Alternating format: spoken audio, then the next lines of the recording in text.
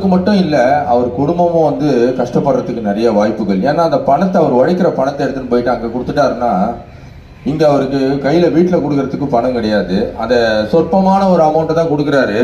இதனால் வீட்டில் சண்டை வருது, நிம்மதி போகுது, சமாதானம் இல்லாத ஒரு வாழ்க்கை. இந்த மாதிரி நம்ம பார்த்தோம்னா அநேக விஷயங்கள் குடியினால பாதிக்கப்படுறாங்க. அடுத்தது பார்த்தீங்கன்னா போதைன்னு சொன்னோம்னா குடி மட்டும் இல்லை, இந்த கஞ்சா இருக்குது, இந்த போதை ஊசிகள் போடுறாங்க, பவுடர் யூஸ் பண்ணுறாங்க, மாத்திரைகள் யூஸ் பண்ணுறாங்க, போதை மாத்திரைகள், இந்த மாதிரி அநேக வஸ்துக்கள் போதைகளுக்காக யூஸ் பண்ணிட்டு இருக்காங்க. இதெல்லாம் தான் சொல்லி நாங்கள் ஒரு விழிப்புணர்வுக்காக தான் இந்த இடத்துல வந்திருக்கிறோம். என்னன்னு கேட்டிங்கன்னா, இன்னைக்கு நாடு மிக மோசமான ஒரு நிலைமையில போயிட்டு இருக்குங்க. ஏன்னா மாணவர்கள் முதல் கொண்டு காலேஜ் ஸ்டூடெண்ட்ஸு, ஸ்கூல் ஸ்டூடெண்ட்ஸு, இது லேடிஸுங்க எல்லாருமே இதில் இறங்கிட்டாங்க அதிகபட்சம். ஆனால் வெளியில் யாருக்குமே இந்த குடியாவது வெளியில் அந்த வாசனை தெரிஞ்சிடும், வெளியில் அவர் தள்ளாடிட்டு வருவார். ஆனால் அந்த போதையானது ஒரு விதமான ஒரு மயக்கம், அது சுத்தமாக வெளியே தெரியறதுக்கான வாய்ப்புகளே இருக்காது. கொஞ்சம் கொஞ்சமாக உள்ளுக்குள்ளே இருந்து அது. இதே நிலைமை நீடிச்சதுன்னா என்ன ஆகும் அப்படின்னு பார்த்தீங்கன்னா, இருக்க ரொம்ப நிலைமை மோசமாயிட்டே தான் போகுமே தவிர இந்த நிலைமை குறையுமானா குறையறதுக்கான வாய்ப்புகளே கிடையாதுங்க.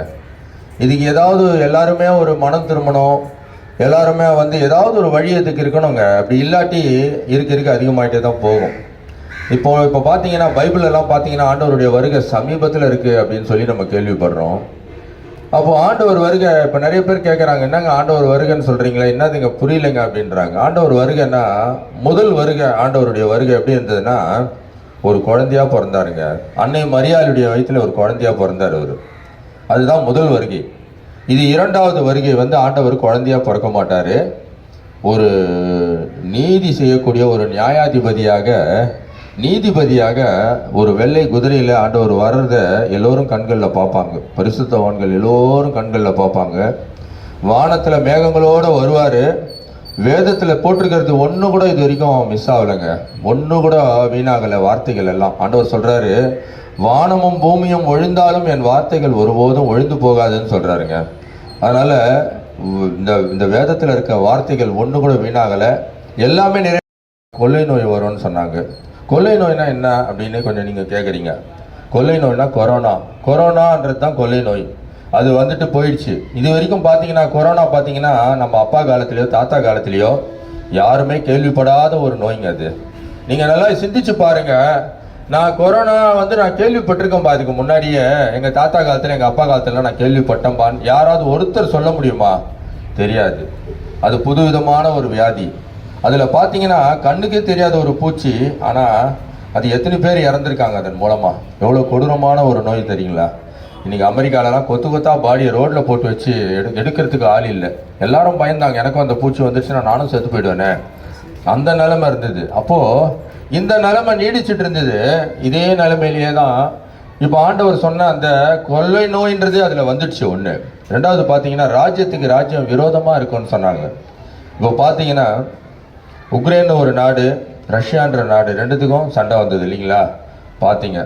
அதேமாதிரி இஸ்ரேலுக்கும் இந்த காசா இன மக்களுக்காகவும் அவங்களுக்கும் அதுக்காக வந்து பாதிப்பு வந்தது.